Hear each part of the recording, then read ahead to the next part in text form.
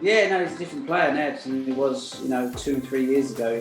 He's the all-round player, and I think he said it the other day. He said, "I can't get any better."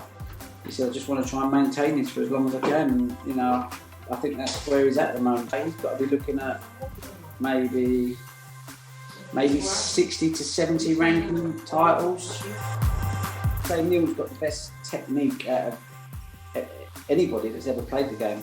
And Neil's playing a phenomenal level of snooker, and he's going to win a lot. He works hard at his game, he wants it. He's trying to work with Chris Emery to make himself a better player.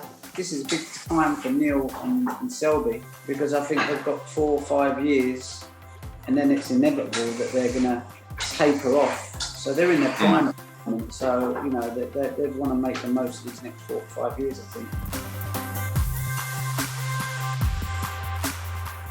I think definitely him and John Higgins still win titles. Bingham's got an appetite for snooker. The biggest asset he has is, apart from being a really good player anyway, he's got a really good all-round game, and he just loves playing. And yeah, he's won the Masters of the world. He's won a lot of big tournaments. He's got a lot of good bottles. Mark Allen's a very good break ball. He's a very good scorer. Great sort of mentality for the game.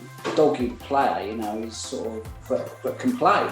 I played Jack before in practice, and he's murdered me, because he's played to such a high level, and it's like, and you think someone can play that well, you think, well, if you could put it together consecutive days, he would definitely win tournaments. You look at someone like Kyron Wilson, he would fit into that category of, like, Judd's the yardstick. I want to get to him, so every time I play him, I'm going to be up for it.